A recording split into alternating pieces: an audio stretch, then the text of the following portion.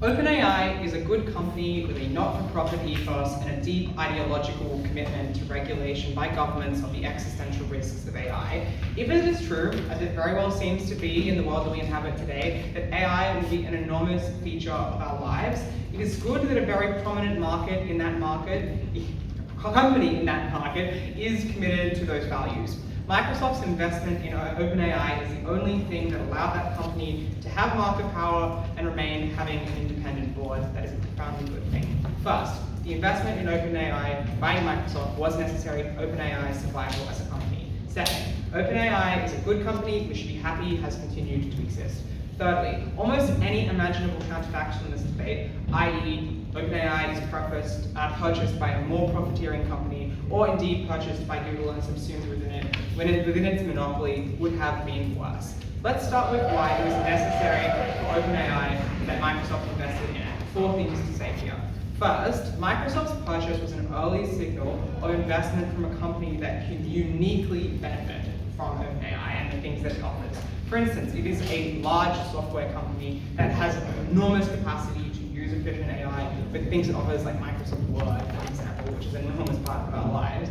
It is uniquely positioned, therefore, to bear some of the upfront costs that are necessary for enormous computing power to develop an efficient AI. And so it was one of the only companies existing in the market that was willing to make a large upfront investment. Even very large tech companies like Apple had way fewer incentives than even Microsoft, because they do things like hardware where it's unlikely to have as large of a benefit. So Microsoft is one of the only plausible companies that could have invested in OpenAI. Second, they were the only real company that existed at the time to give OpenAI the level of computing power that it needed to develop an efficient and good AI, because it required machine learning and an enormous amount of trading power in order to become something that's actually profitable, or not profitable, because that's what but something that people use and occupies a significant part of market power. The intuition I'll use to ground this is NVIDIA, which was previously a very small company, because of the fact that it has allowed people to access much more computing power through its GPU chips, has become a $3 trillion company almost overnight because of how important it is to have computing power. Microsoft, a company with trillions of dollars in value and enormous cloud computing power, is potentially, well, it is one of the only companies that was effective at actually providing the computing power required for OpenAI to develop good AI. Thirdly, at the point in time where Microsoft chose to invest, people were quite intimidated. And you have to imagine that, yes, it seems natural now that OpenAI is a significant part of the AI market, that something like ChatGPT was always going to happen. But at the point in time where Microsoft chose to invest $13 billion into OpenAI, Google seemed to be far out ahead in its AI investments. It was previously assumed that Bard AI was going to dominate the market because Google had pumped so much money into it, because it appeared to be far ahead relative to very large software companies. And indeed, we would suggest large tech companies like Google have a history of killing competitor companies by subsuming them, by buying them, and then ultimately not really using them, just killing them for the purpose of removing a competitor. For instance, Google has used its software on its search engine to remove apps from search results that it doesn't want to be accessible. So we would suggest that at the moment in time where OpenAI was given such a large investment by Microsoft, it is true that very few companies were able to attract investment. There was fear of that competition with Google because of what would ultimately happen, which means that Microsoft was one of the only companies that could do this. Fourthly, it was extremely expensive to hire staff for the purpose of developing a very good AI. Microsoft themselves have analogized this to hiring a star quarterback. The kinds of people, the level of skill who are able to develop AIs into genuinely useful things for human proliferation are enormously talented people. There aren't that many of them on the planet, and so in order to actually convince them to work for you and be loyal to you, they tend to demand a lot. What other tech companies do is they're able to give equity to those people, to their engineers, to convince them to stay and be loyal to them. But OpenAI uniquely is not able to do that because it's a not-for-profit company, so it can't offer its engineers an equity stake, which means that it needed an enormous capital injection to be able to persuade the kinds of people with necessary talent to make something like ChatGPT to work for OpenAI. That was something only Microsoft could provide. So at the end of this, you should believe that Microsoft was the only thing that guaranteed OpenAI's market proliferation and position, and is also something that, yeah, good. OpenAI is a good company for two reasons. First, it has a non-profit arm that is controlled by the board. And its profit section, which it is a part of its company, is profit capped. All which totals to the meaning that OpenAI has far less profit incentives than other competitors in the AI market. And uniquely, the purchase which allowed it to preserve its equity stakes, which rolled it out rather than subsuming the company within Microsoft, allows it to stay controlled by a non-profit board with that particular ethos. That's enormously good for a large company in the AI market to have a non-profit board. It means that it's able to focus its research and development into things in AI that actually focus the benefits of AI on things that the public can get out of it. Good for things like Microsoft to be involved, where word processing impacts like all the laptops that are using to take notes on this speech, and billions of people's lives. It is good that development into AI has made those things better, but also it makes it less expensive because there's less profiteering incentive to do so, all of which is awesome. Secondly, we would say that the founders of OpenAI, who have retained the control of that company by necessity of it not being subsumed into a larger company by retaining control of the board, have been explicit about their calls for government regulation of the existential risks of AI, because it does have many risks, and the negative team may talk about them in this debate. But what you should believe, if you do believe AI has risks to humanity, that a company that has been forthcoming about having governments regulate them, having governments regulate the risks of AI, is probably a really good one, compared to other AI companies which have a more maximized profit incentives, which have founders with less of an ideological commitment to that kind of thing. That is really good. And if you believe AI is harmful, you should believe that OpenAI is the best equipped to minimize that harm. Now let's talk about the counterfactuals briefly. The first, and I think most likely, is that OpenAI still exists, but as someone else's property, that some investor buys it and sells the product to a profiteering company. And we would suggest that it's bad. First, because Microsoft is good, and we prefer that Microsoft has control of the products that OpenAI develops. Because, for instance, Word can run on a laptop, it costs $100. The access to the kinds of things that Microsoft provides benefit people's lives on a very, very deep level and very profoundly.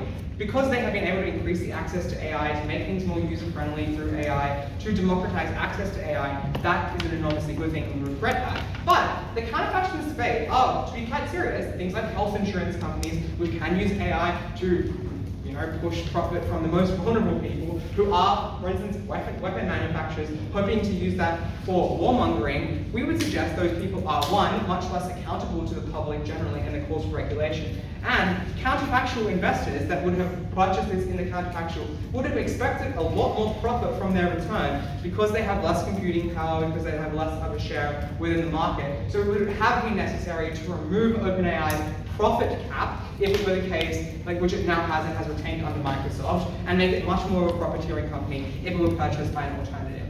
Briefly then, another counterfactual is that OpenAI just doesn't exist, and Google continues to push forward with a monopoly. They were far ahead, and maybe they just would have purchased OpenAI to remove it as a competitor. In a world where Microsoft didn't have that, didn't invest, and didn't create actual competition between Microsoft and Google, that monopoly power is serious, it'll be impacted later, but you should weigh it in the thing.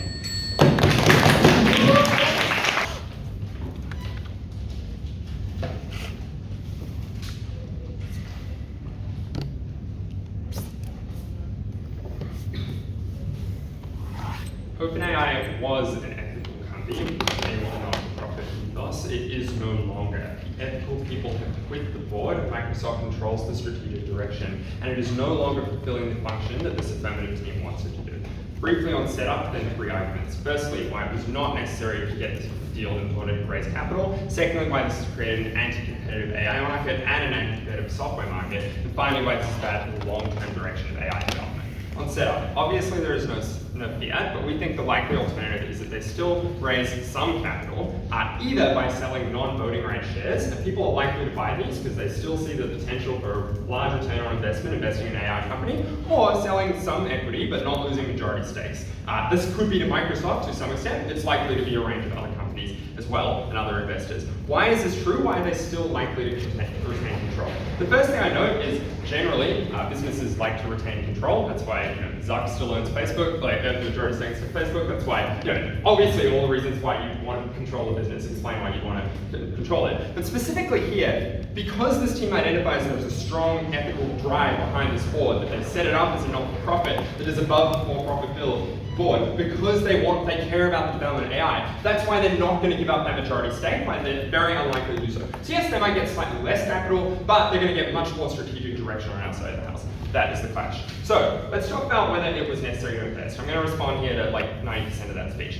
I have 5 responses. The first is that everyone wants a piece of AI. AI is really hot, right? Like NVIDIA is like the 3rd most profitable company in the world at the moment for the reason that it makes the back end of AI. That's not a reason the front end isn't popular. It's the reason why the front end should also be popular as an investor, right? So that's the reason that people are likely to invest in any AI company, because the potential for the returns of that investment as it develops into a huge industry are just huge. Secondly, we refute their characterization that OpenAI was unheard of before this deal. We think that it had already made headlines, it had already released products, and even if this, like it was always ahead of Barrie AI in terms of its development. Even if that's untrue, even if you don't buy that assertion, like I guess this is an assertion battle on the inside the house, even if you don't believe it, we still think it's likely to have been known to insiders as a potentially strong, potential, but also more attractive than Bard, because Bard is part of Google anyway, and if people have wanted to invest in Google, they'd probably like to have done it on the inside house. Third response, empirically, we can point to another number of other sources that OpenAI got funding from. So for instance, Elon Musk made them a $1 billion donation with no strings attached. That's something that is, no, Brendon told me that's true. I think that's true. Don't believe me if it's not, but it's always true. That just suggests that there's lots of people who want to do that. But fourthly, I would note there is exogenous demand for ethical AI. This team explains why ethical AI is important. Lots of other people believe that. So if all the other actors in the market are super capitalist, are super commercial, that explains why lots of philanthropists want to invest in OpenAI, would care about their not-for-profit structure, would care about this. Finally, it is far more attractive of an investment on our side of the house if it doesn't have the exclusivity agreement with Microsoft. That is to say, to the extent there is some level of demand for investment in OpenAI on the inside house, they lose it, right? Because they lose that because everyone's like, well, it's just Microsoft's thing. It's not going to create products that are better for the whole market. So that explains why they didn't need this capital, why there was other capital available to them. But I don't, you don't need to believe this to the full extent. It can have slightly less capital and still be the leader in AI development. It still had access to the insiders, the best network of staff, etc. Why is this anti-competitive? I first want to talk about what advantages this gave Microsoft. There are 4. Firstly, it's the most powerful AI at the point that Microsoft bought it. Well, even if it wasn't then, it certainly is now. It's the AI that everyone uses. It's the AI that is the strongest. Secondly, it's the AI that's most likely to become more powerful in the future. Because the way that AI development works is once you have a good AI, you can use the good AI to develop even better AI in the future. And you also have concentration of all the best software engineers, like all these people that this team says is really important. They're all concentrated there. So that compounds over time, gives them a market advantage. Thirdly, it's AI that everyone is familiar with. So when people use it on Edge or whatever, it feels the same to them. And that means subconsciously they're like, oh, I love this AI. It's better than the Google one. And it also, I guess they just see like powered by OpenAI. They're like, oh, that's the good one. I can use that one. Fourthly, they can, Microsoft, I guess they're paid now, but in the future, they just get it for free, which suggests that as AI becomes more and more valuable, they get increasing benefits that other companies don't. Why does this give Microsoft an undue advantage? The first thing I want to do is, I guess, preempt an argument that we might hear from Second Affirmative, that you can use this to compete against Google, compete against other players in the AI market. The problem with this is now that Microsoft owns, has this exclusivity agreement, it's a big player in both software and search, which is a problem because it has too much power over both industries, which is what makes it really hard to regulate. It is what makes it really hard for anyone to contest that market, for startups to start up. Because you have one company that's able to integrate people's data across both of those systems, able to integrate the large databases of back-end AI software as well. The second thing I note is this team needs to strike a balance to prove this point. Maybe to some extent it makes it more competitive, but it's not too much that it gains too much power. We're just going to prove it's more likely to be a game breaker. That is firstly because it synthesizes people's data on search, which is much easier for people to use, but it's also much more profitable. That is, it matches ads with people much better than traditional search does, and much better than the alternative AI that, for instance, Google search would have. And it's also self-learning from this. So, for instance, that explains why it's more likely to become competitive compared to alternatives in the long term. The third thing I note is more generally, there are fewer players now, right? So previously there was Microsoft versus OpenAI and Google. Now it's just Microsoft and OpenAI versus the others. So that suggests that mine is just more concentrated in that terms. But finally, there is also less competition in the AI market. That is to say, in the alternative, Microsoft likely develops its own in-house AI because it also wants to be in the AI game. That means there's more competitive incentives on every other AI producer, which is good because you get high quality AI. Impacting this is huge, right? This is a really important market. We prefer it's competitive. That allows regulators to ensure that it's actually being ethical, because maybe having a board that's ethical is good. What's better is having make governments able to ensure that all boards are ethical and make sure that everyone is doing well, but it's also better because the profits don't go to the rich people like this team says. Why is this this team's case bad for the long-term direction of AI development? Obviously, everything in my previous point also applies here. Like, we think that concentration is bad for AI development. But specifically, we think this was the major reason why there was all the shake-up on the board, which we think is a bad thing, which is bad for the development of AI. That is to say, this agreement with Microsoft represented a fundamental disjunct with the philosophy of the AI developers that had been in control of OpenAI. That is because it is corporate, that is because Microsoft doesn't care about things like disinformation to the same extent that their board does, and they don't care about things like the alignment problem, which could potentially spiral out of control and kill everyone, right? So, even if the AI group does care about profit, they're far more ethical than the Microsoft group and the people who support Microsoft. They have more knowledge of the risks. Secondly, they have more care because they've just spent their whole lives investing in this sort of AI stuff. And thirdly, they have more, Microsoft, I guess, has more at stake in a financial sense. So they have more of a hardline profit incentive because this is the only AI they have exclusive access to. Whereas every AI firm gets benefits from being in the AI market, which means as OpenAI, you have more leeway in terms of profit margins, which means you can focus more on being ethical. But I just think also there was a huge lack of unity generally. What happened? The ethical ones fired Altman on the board. He was reinstated with Microsoft support, Microsoft pressure, and then all the ethical guys quit. And that's a big problem, because if this board was so important, it was so important for the strategic direction of AI, it was so important for making sure that AI doesn't kill everyone, or just make sure that rich people don't get all the capital in the world, it's really important that that board has the people who actually care about those issues. And that has two key impacts. Firstly, on the less ethical concerns, misinformation, the fact that it develops too fast, tries to push ahead of every other company too fast, and you lose that careful pressure that's necessary to keep it from going out of control. But you also get less diversification of products, because now it's only tailored on making AI that helps language models for Microsoft, rather than AI that can help other things, like helping, protein folding solutions be developed. Those are the sorts of things that AI could develop that could be far more effective. This team cuts it out because it pivots the only ethical option into something that is far less ethical, for all those reasons opposed.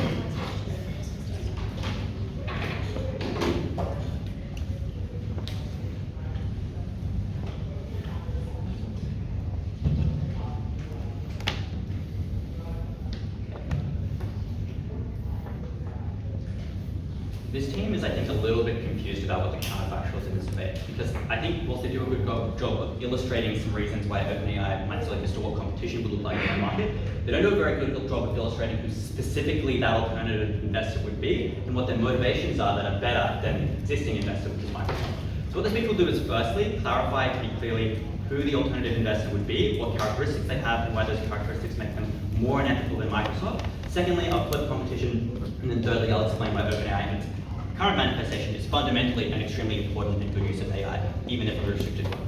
So, what would happen if Microsoft hadn't made this investment? We provide you their counterfactual.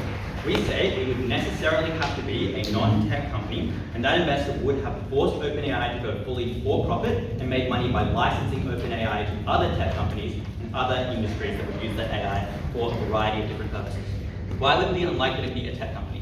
Firstly, we explained that other tech companies other than Microsoft were unwilling to invest in OpenAI at the stage that Microsoft did. That was firstly because the other large software company in the world, Google, didn't need it because it already believed in and had access to its own AI system. But secondly, because other companies like Apple or Nvidia focused on hardware and therefore don't benefit nearly as much in the way that Microsoft does in the integration of AI into the systems.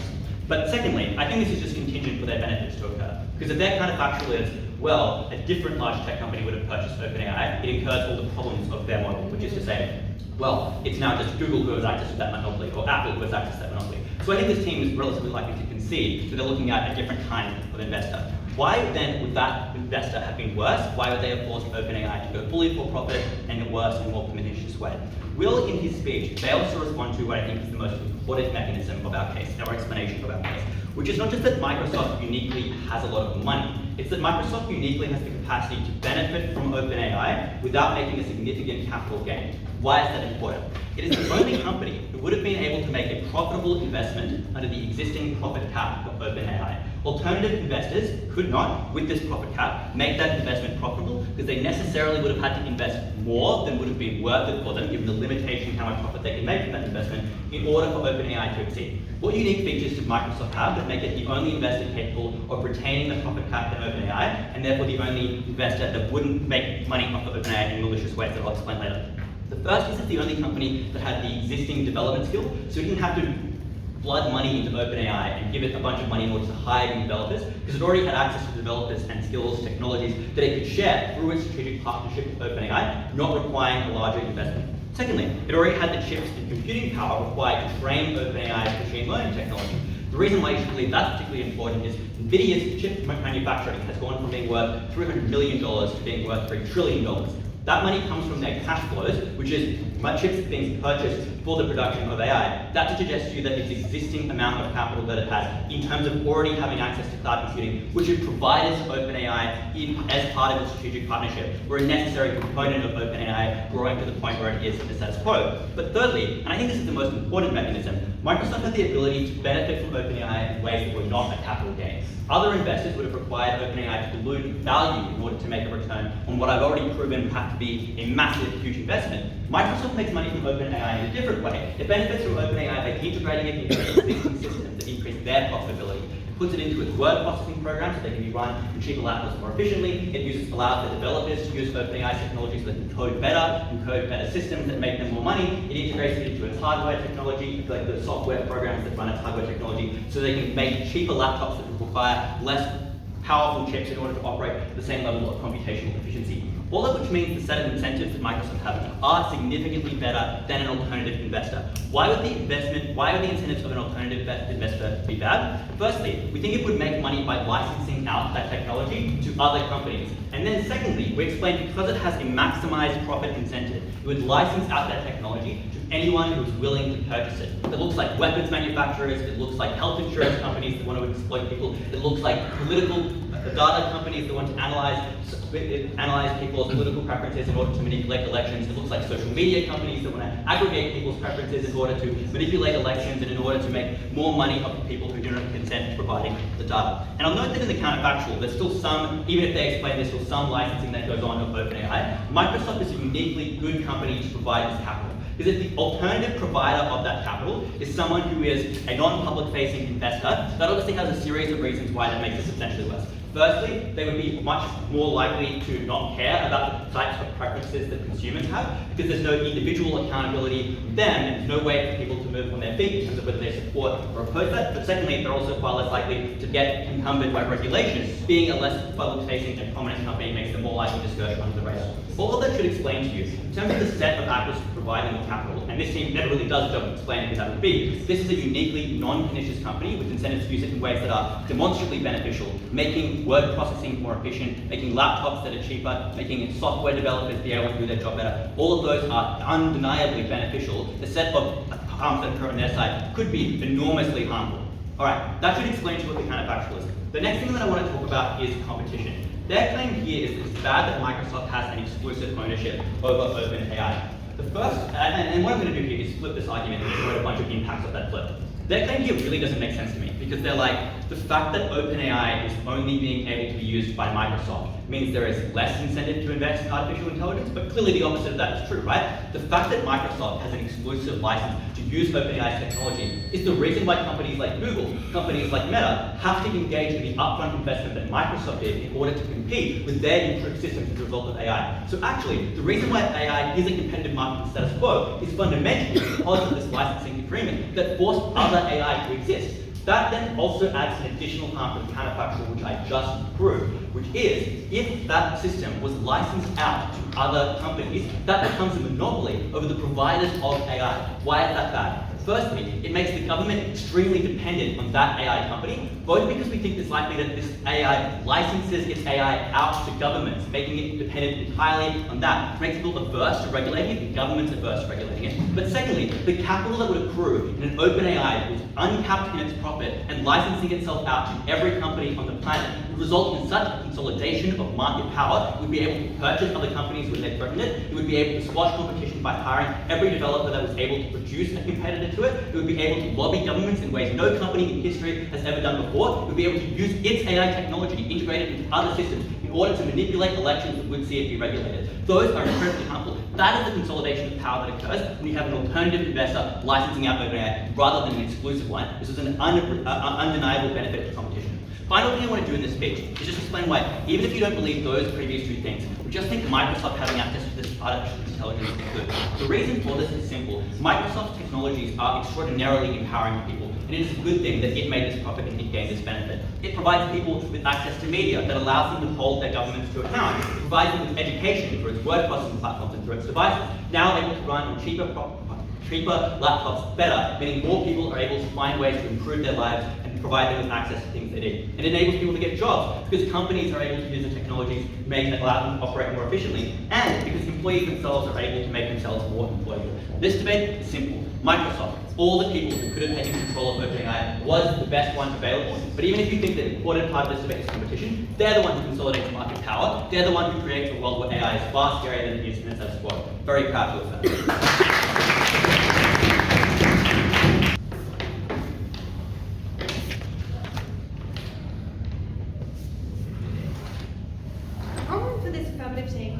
If it is true, as they say, that the only company in a position to buy out a majority share in OpenAI is Microsoft, then that should suggest to you that the likely alternative in our world is not that a big company buys out the majority share in OpenAI, it is that a basket of other investors invest a small bit. And that is crushing for this team, because all of their analysis is contingent on the counterfactual being a large company controlling OpenAI and doing that badly. We're happy to cop that maybe it is the case that development of OpenAI happens slower in our world. Maybe there are, a few, smaller investors, and that investment takes longer to kind of pull and build. That's totally fine. We think that the kind of development that OpenAI would do is better in our world. And this team, for crying out loud, third affirmative is pretty late to suggest an alternative that is not the one that they directly disproved at first affirmative. I'm first going to talk about investors, and then I'm going to talk about OpenAI.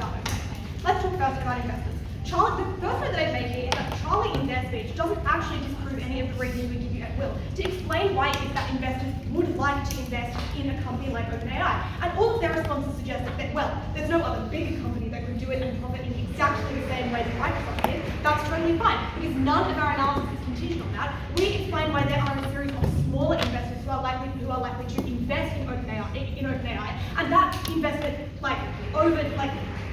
gradually pulls up to be the amount. I'll deal now with their actual responses. Their claim is that, only Microsoft, Microsoft is the only company that could do this kind of investment. Yes, that is true, that's fine. But we would suggest to you that this size of investment is bad. In fact, all of the harms we described to you are from the size of this investment. But the additional note that I'd make here is that their claim is the reason that you need a big company to invest is that it's not for profit. But that mistakes how investment works, because you can still buy shares in OpenAI, and those are still the share price still goes up and down. So you can still share them, sell them for a profit. So there is profit to be made from OpenAI, from investing in OpenAI, even though the company itself is a not-for-profit. The next claim is then that Microsoft is better. It's just better than the counterfactual. But as I explained earlier, their analysis explains why this is unlikely. But secondly, we would suggest, importantly, if they want to say that it is true that there would be offers from a big company later. Their claim is only Microsoft is able to fork out this kind of investment at the beginning. Maybe it's possible that they'll be another one would have invested later, and that would have been bad. And a lot of Oscar's speech suggests that, another company buying them out would be bad because those companies would be worse. But we would suggest that by their own analysis, necessarily you should believe that another big company buying out a lot of OpenAI would happen later. And if that happened later, it's unlikely that the board would allow a particularly unethical company for all of the reasons that we explained to you in Will's speech, and for the reasons that they concede, which is that this initially was a particularly ethical company, that the board was made up of a lot of AI scientists who didn't care about the future of AI. And part of the reason they allowed Microsoft to buy them was to buy so much to buy out so much of them was because it happened early. But when it happened, if it were to happen later, we think that those particularly ethical board directors, people like Sam Altman, when they have more investment, are less likely to accept that kind of thing. Their final claim then is just obviously contingent on all the rest of it. They're like, oh well, they would just make OpenAI for profit. They would license it out to weapons manufacturers. No, no, because the problem for this team is that if it's a lot of small people, then they wouldn't like a lot of small investors. They don't then have the power to do the ousting that we described in Will Speech, which is the thing that's created all the problems, right? Because it is only when Microsoft has a majority share in OpenAI that they could create the disaster that led to Sam Altman being, fired and then rehired later.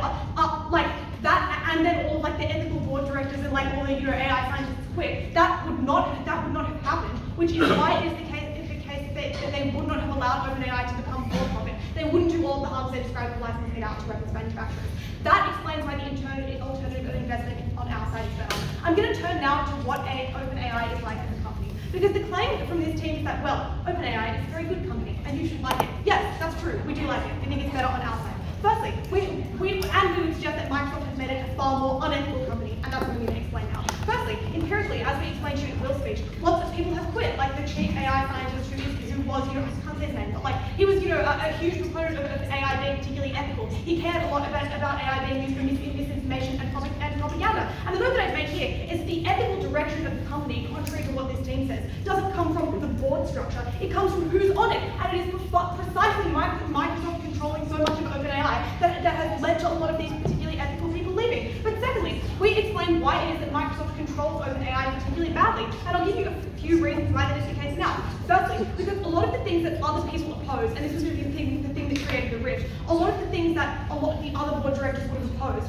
are really profitable for Microsoft. Like, it's profitable for Microsoft to have language development models that sometimes produce misinformation, because having like that, all of that, put into Microsoft products is really profitable for Microsoft, but other people don't like that. That is why having Microsoft controlling so much of the company leads to bad language models. But secondly, we explained in Will's speech why it is that the fact that Microsoft has more competitors in software just means that Microsoft is in a rush to develop these language models particularly quickly and too fast, but that is not true of a company like OpenAI, because they know that AI will be profitable in the long term, and so the risk of being outcompeted by a company like Google is smaller. But thirdly, we would suggest that the problem with Microsoft controlling so much of OpenAI is that they force OpenAI to develop only products that are profitable to Microsoft, which just means that they produce less useful and less diverse AI products, and that is a harm. The thing I'm going to explain now is why it is that alternative AI is far more useful to the kind of AI development that you get when Microsoft owns so much of it.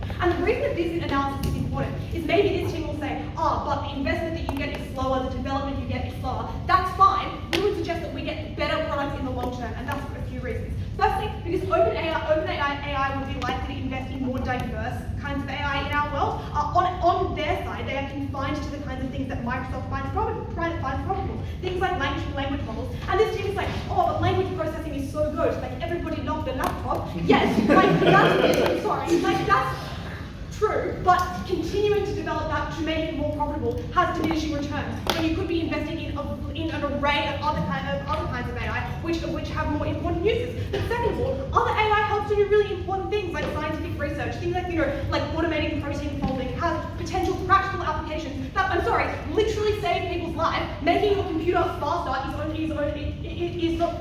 is not that useful. Their final claim that I want to deal with is that they say in Charlie's speech, there is an increased incentive to invest in AI in their world, because now OpenAI has grown quickly. A couple of responses. Firstly, the problem is, as we explained to you at Will, capacity, because now Microsoft is too big and it crowds out. Because now Microsoft has made OpenAI too big and it crowds out investment into the other ones, and it becomes anti-competitive, and that is bad. But secondly, the problem is that too much investment into AI in the way that Microsoft, in the particular kind of investment that Microsoft does, means you develop AI too quickly without consideration for ethical things. All of those ethical considerations that OpenAI needs to care about, they now don't anymore. And the fact that the company has grown quickly at the expense of those people who would have made the direction of that company better is precisely the fault of Microsoft. For all of those reasons, pass me case. Our claim from the outset of this debate isn't that only Microsoft would ever have invested in OpenAI.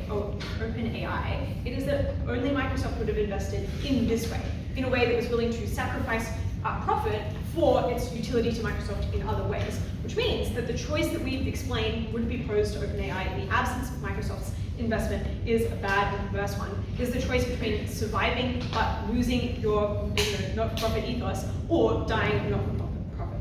What I'll do in this speech then is firstly talk about what would be likely to happen if you remain a not-for-profit and what that would look like, and then I'll talk about what happens if you survive and what the trade-offs look like. Let's start with what happens if you remain a not-for-profit. I think we provide on-site Affirmative a much more credible explanation of what sorts of investments were required in OpenAI in order to get big. This team, I just don't think actually ever grapples with the scale of investment that is required to get a company of this type off the ground. What do we point to?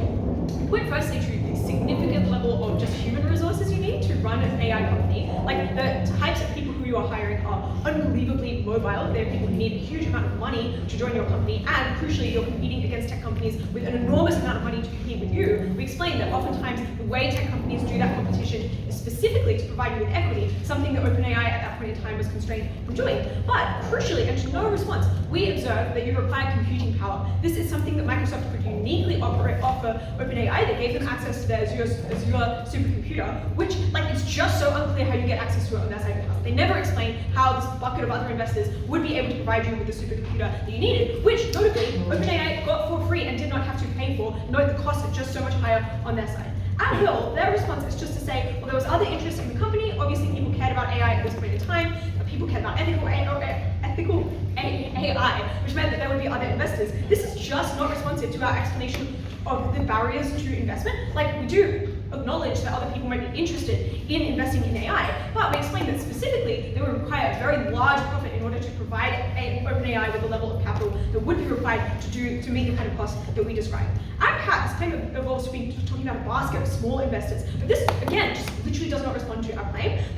I don't understand, first of all, why a basket of investors don't still have incentives to make a profit. I suggest these people would all have the same demand of OpenAI, which is, in order to front up the kind of capital that you require to be a long-term company, to be able to poach engineers from Google, to be able to access a supercomputer, we need a promise that you will make a profit, a demand specifically that we observed Microsoft did not have. And I guess we would just note,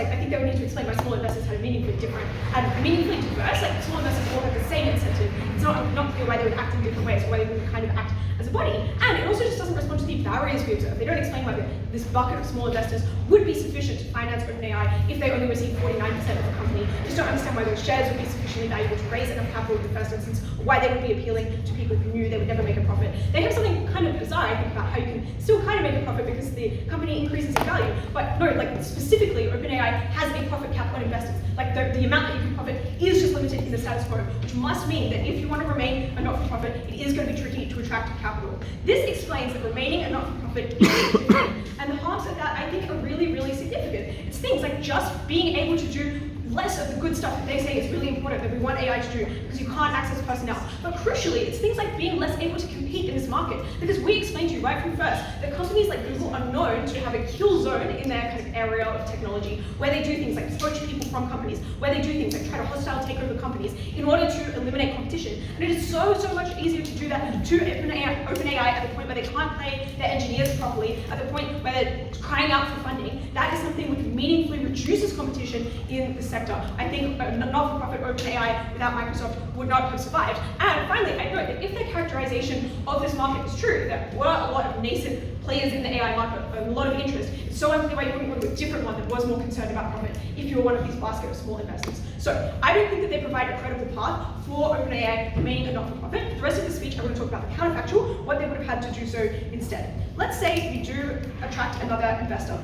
I just think they're so certainly bad. But first, I want to observe that I think Microsoft is certainly good. We provide both at first and second a series of reasons to believe that Microsoft is honestly a pretty good company. We explain that structurally because it's a client-facing company. It's a company that many people can identify, many people interact with their products, which means that there are actually larger incentives to do things like regulate them, to do things like make sure they're caring about data security, than investors that are faceless, that people don't see and that people don't interact with. But additionally, we just note that actually Microsoft is a really awesome way to grant many people around the world access to AI. if this was the way that people, in developing countries who could access a laptop but could not access a basket of small investors and whatever they were using this AI for, still unclear. We thought that was probably a good thing. We explained that Microsoft is a profoundly good company in the sense that it provides people access to things like word processing software, to things like entertainment, to things like media, and it was really good if they got some of this if it meant that they could provide access to it for far cheaper than it would be in the counterfactual. Their response is just to say, well, Microsoft constrains the kinds of things that OpenAI is likely to develop to the things that are in their interest. I would note that the intro slide says they only have some of exclusive access, which probably suggests they could do other things as well. But I would also note the kind of faster development of AI that they try to shit on their side of the house is actually good for the good types of AI that they talk about. Like, I don't know how you get all of the cool protein stuff they want to talk about if you can't put money and time into developing the LLM, and I don't think they sufficiently explain why other investors would even care about cool protein stuff in any instance, which I think suggests why Microsoft is something which does result in speedier development. We'll concede that, but that's awesome, and why Microsoft is broadly a force for good in this landscape. The next thing that they say is that, well, the comparative though is that investors don't have the power to pressure OpenAI and specifically to take away from their ethos. I've already explained why I think investors likely have pretty aligned incentives. I think that even if there's a basket of small investors, they're still all going to care about making a profit, which I think is a mechanism they do have to respond in order to land this point. But I also just note, like, Sam Altman was rehired when he quit from the board. Everyone quit their jobs because they were like, we want him back, which suggests that actually the board has a lot of leverage to get what they want. So their own example works against them, but it suggests that actually the talent in this company means that they're able to stand up to Microsoft pretty reasonably. So I think that they would need more than that to get anywhere on that front. I think, therefore, you should believe that Microsoft is pretty good, and I think you should believe all our claims about the types of companies that are likely to have the capital, even if they're not the majority investor, likely to have the capital to invest in OpenAI and the counterfactual. And you should, like, I'm just going to whip Charlie's mechanism, right, because I just don't think it receives a response. They tell you that Microsoft specifically has cheap access to the supercomputing power and does not require as much profit because they're able to use the software in other ways. Like, that's an explanation as to why profit is so important to other investors, but not to Microsoft, which I think fundamentally means even if these guys aren't bad, even if they're not like evil trying to sack Sam or whatever, I just think that they have a rational and calculated incentive to do bad things and to sell it to bad people. Finally, I want to talk about competition. Charlie flips their competition benefit, I think, in a really profound way. They explain that a profit maximizing OpenAI is good for competition, profit maximizing AI is bad for competition, because in the counterfactual, they would be forced to lease out their software to many other companies, meaning it's integrated in all sorts of platforms, in Google, in Bing, in like healthcare companies and so on, giving them far more leverage, the kind of leverage you should be afraid of, the kind of leverage that allows a company like OpenAI to lobby the government, to interfere in elections. It's far better that OpenAI is constrained in the way we described if you care about competition. But finally, I would note that all of their benefits with respect to competition are contingent on the idea that there's quite a large number of players in the market, but we characterized first that Google had an enormous amount of market power prior to this, that this is actually something that drove competition between Google and between Microsoft. That led to more innovation, but it was also more competitive than the counterfactual. In hindsight, is on the side negative side. Side Affirmative concedes very early on in this debate that Google's product launch, its large language model, Bard, failed on arrival. That's important because Google's product launch of Bard occurred 4 months after OpenAI CEO Sam Altman agreed to this investment deal on the condition of exclusive proprietary access to its software. Our claim is that Altman moved too early. He underestimated the lead that ChatGPT had over its competitors, and he overestimated the direness of his situation.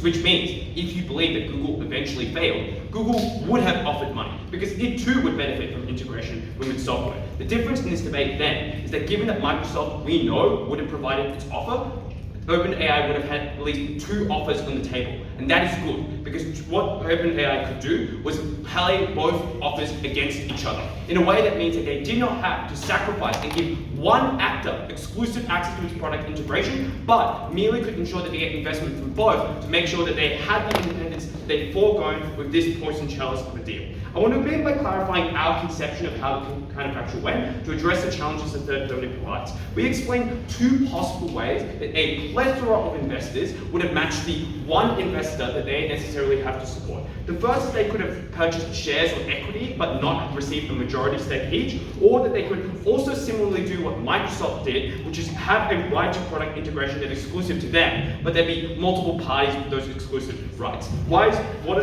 that both feasible? first one shares in the majority. So they say, well, that wouldn't be feasible because they have a profit cap. The problem is the profit is a percentage cap, which means that if the company grows, then the amount of money that you can get also similarly grows. So that doesn't stand. Then they say, oh, well, they might pressurize it and make sure that OpenAI reverts its non-profit structure, which is a bit hard to do if you don't have a majority share. And we've explained why the board is likely to ensure that they still had that majority share.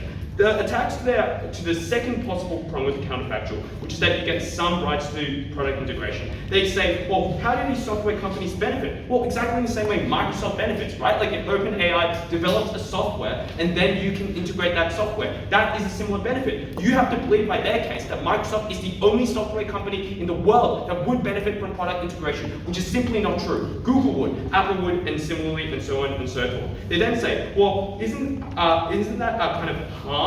Like, why is then the harm symmetric? On both sides, there'll be pernicious profit incentives. Two differences. First, in their world, only one company gets it, whereas in our world, a plethora of companies are likely to get it. Why is a plethora better? First, because we explained that Microsoft is only interested in certain parts of OpenAI, and therefore is only likely to encourage investment in those specific things. So Microsoft wants to invest in OpenAI specifically to use ChatGPT, and it would likely redirect exclusively to that purpose. But Google might have a greater interest in things like DALL-E, because they might want to, for example, expand their image search algorithm in ways that are so forth. So if you have more actors investing in OpenAI, they're likely to invest in and have a profit advantage in different components of AI research, which means that you get a plethora and diversity of products there. Secondly, we explained that giving one actor the exclusive access to integrate its products and to integrate OpenAI into its products is a harm because it gives them an undue competitive advantage. They say, well, it worsens competition somehow.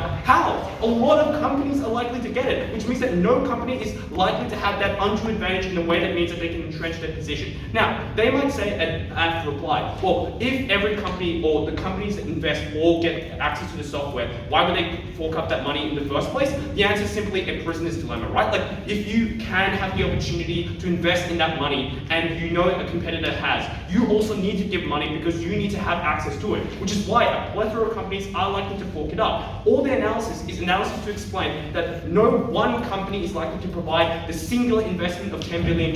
But we explain you can match that with a plethora of other companies and they never deal with that aspect of the counterfactual. What are the reasons that they give as to why Microsoft would have been the unique offer provider? They say, firstly, Google had its own project. We could have waited a few months later. They then say, oh, other tech companies like Apple are hardware companies rather than software companies. This is actually a reason as to why they would give money to OpenAI, because if these companies are largely hardware facing, that probably suggests they don't have the internal research and development to invest in software, which is even more of a reason, like, if you can't do it in-house, you just give money to other companies to ensure that they do it for you. So that's a reason as to why Apple companies would invest and would have been the actors in our world. So that's a bit silly. And they'd say, oh, well, only Microsoft would have provided the level of computing power, like Google has computing power, Dell has computing power, like so many other companies have computing power. And even if you don't believe, like, Microsoft has the most computing power in the world, they don't explain how Microsoft is more than, like, rest of the other companies with computing power combined. So clearly computing power is not the problem, and we explained that computing power wasn't the bottleneck anyway, which they assert it to be. So,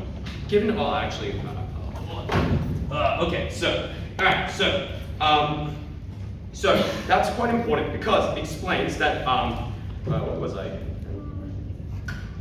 Okay, so yeah, that explains firstly that you have, that explains why Microsoft was not unique. And secondly, even if it was unique, it's only unique in ways that are harmful because one firm is likely to entrench its position in a way that's quite bad. So, what are the last things that they say here? They say, well, it actually might be good. And what are the reasons that they give as to why Microsoft having unilateral control is a good thing? They say Microsoft is a public face, therefore it attracts regulatory attention. The problem with that is, firstly, at best they prove the incentive to intervene, but they never explain why governments would similarly respond. We explain that if you give Microsoft a lot of power, and the fact that it amasses economic power and market share in the market, any governments are less likely to crack down because any crackdown is likely to cause enormous investor uncertainty. It's likely to cause financial volatility. Microsoft is a huge blue chip stock company, and that means that any governmental action is likely to disrupt people's investment portfolios. So the fact that Microsoft is public facing is the reason why there is likely to be huge impetus against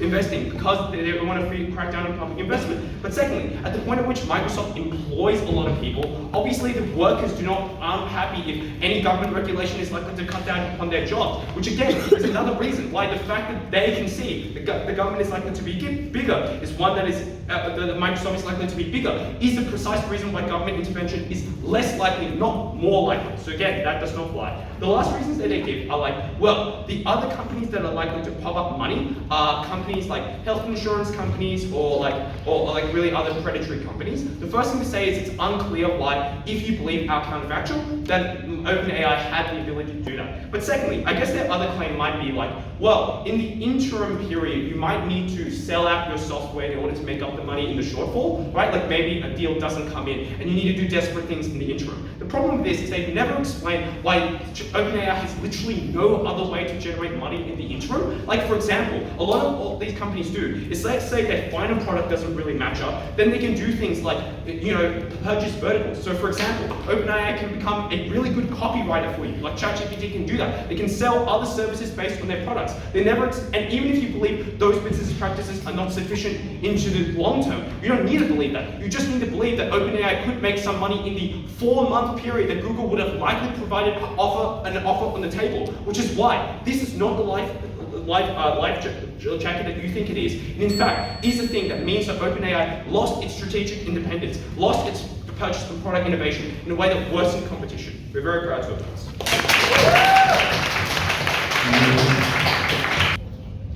This team has set their burden too high for their own good, because they require you to believe that there would be no other option that OpenAI would have to become profitable, to have big power in the market without selling its soul to all the other companies, being bought up by Google or something else. The problem was, we explained right from the get-go why AI is huge and why OpenAI was going to be huge anyway. And we didn't need to prove all of this huge. Just there was sufficient interest in this company that they would still get off the ground, they still would be an AI leader, and that is something that this team never overcomes. Firstly, what is the counterfactual? Secondly, why is the Microsoft deal bad? Firstly, on the counterfactual, first question is, what did OpenAI need? And App's emphasis, particularly in the later parts of their speeches, is, well, the need was computing power and specialized staff.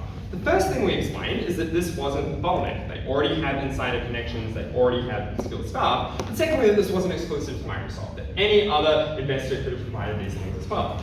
But the second problem with this is, guess what can get you computing power and staff? Capital, right? Like if you get the money for all the reasons that we explained people are likely to invest, then you can use that to buy the computing and power and staff that you need. It was never explained by this team why it was conclusive. So if what they needed was capital, their response at Ellie is to be like, well, Ned never explains why investors would want to invest. The problem is we did. We gave you 5 reasons why investors would want to invest, and we explained it specifically. Not all of them are profit motivated. Lots of them care about the ethical aspect of OpenAI, which is why they're willing to donate to it, why they're willing to buy stakes even if they're not expecting a profit. And lots of them do still expect a profit, because this team's like, well, there's a cap on the investment that you can get. Yes, it's a percentage cap, so if your share still goes up in value, you can still sell it at a later date for a profit, as we explained down the bench. So it is extremely unlikely then that you're likely to be bought up by one big actor like Google or like someone else. It's much more likely that there's a range of other investors that give you some money. And we were more than happy to cop the trade-off there. More than happy to say maybe you have less fast development, maybe you're slightly slower, but that was actually a benefit because you had more awareness of the risks. What were the potential harms to our counterfactual that they pointed out? The first is, well, even if you had multiple investors, they still want profits, they're still going to push you in the same way as Microsoft wants. Firstly, we explain why there are philanthropists in invest. Secondly, we explain why often these people want ethical stuff. But thirdly, we explain that these investors don't have the same unifying power to push you in one particular direction at the expense of all others, which is what Microsoft has done to the detriment of the market and to the detriment of AI development. The next claim is, well, you'll be forced to license out to lots of other companies, and that will be worse for competition. And as Brent explains, I don't get how this works. If you license out to lots of other companies, it explains that lots of companies have access to that good, which explains that it is competitive if that market does exist. The final claim is that it's slower. We explain in specifically the AI market, a little bit of time is actually a benefit if you stop the potential for catastrophic harm through things like the alignment problem. Let's talk about why the Microsoft deal was bad though, because I think this is where we really pull ahead of this team and have much more certain harms than they have benefits on the other side.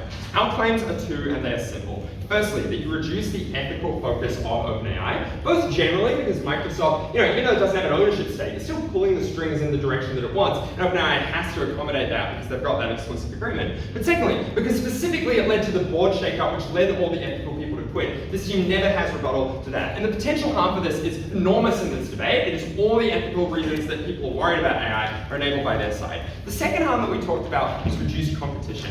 What are the apps pushes here? The first was, well, if you have less development of LLMs, that means you get less of the other good stuff like protein folding. The problem is proteins don't speak English, so you don't need that stuff to get our stuff. You still get our stuff. It's like an alternative investment rather than an offshoot of the same one. And the second claim is, well, Microsoft Word is great, everyone uses it, so this is a great benefit Microsoft is doing. But that's why it's a monopoly, right? Like the reason that everyone uses Microsoft Word is why this use case is so dangerous, why it explains that people suffer. And we explain that not everything is Microsoft Word. It is much more important that we get investment into alternative sources of AI. For all of those reasons, it's a clear negative win. Thank you. Thank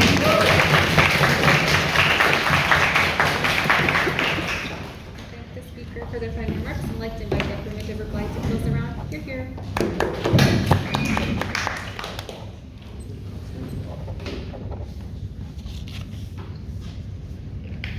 There's this tension in the negative case that, when you notice it, is actually incredibly load-bearing. In one breath, they say that the board of OpenAI would have never chosen a different investor who was unethical. They used to be so goated, and now they're shit. Then, in another, they're like, God, those friggin' idiots at the beginning, they accepted Microsoft money, and now they became so unethical in the process. So, are OpenAI's board very ethically motivated about the investors they chose initially? If so, why did they choose Microsoft by their own logic? Or are they actually not really as ethically motivated at the expense of profit as they were willing to suggest? Why then would they be willing to accept money, even if their ethos was the casualty? If you believe either, it is enormously problematic for the negative team. If the choice to choose Microsoft for ethical reasons was rational, then of course our case flourishes. Because the trade-off, as we explained, is that you have retained some of your non-for-profit status and some of your regulatory ethos in exchange for being used by Microsoft. You had the most capital to make this a productive investment and for them to ask the least from you, to give supercomputers, to make it good, to have the most incentive, to integrate it into their things at scale with the least harms to them. So, then what's the harm with the basket of investors that you hear about at second negative? They still don't choose, at third negative, they actually do name the investors, but at second negative, they don't. Our claim is that you became less equipped to help OpenAI attract talent and make profit with less investment when you don't have Microsoft, who uniquely are positioned to do that. So, in order, you have to trade more things off in order to get money from those kinds of people who have less to offer you. For instance, remove your profit cap on initial investment so that you can make a profit from that investment. Sell your product to more and varied companies. So either OpenAI survives in the counterfactual by having to sell itself out far more than whatever you believe this negative team has said they have, or it dies, which is regrettable because OpenAI is good. The new frame from third negative concedes Charlie's claim about competition. Brendon starts his speech by saying, in the counterfactual, a plethora of companies would have relied on OpenAI for its AI. For example, Google and Facebook.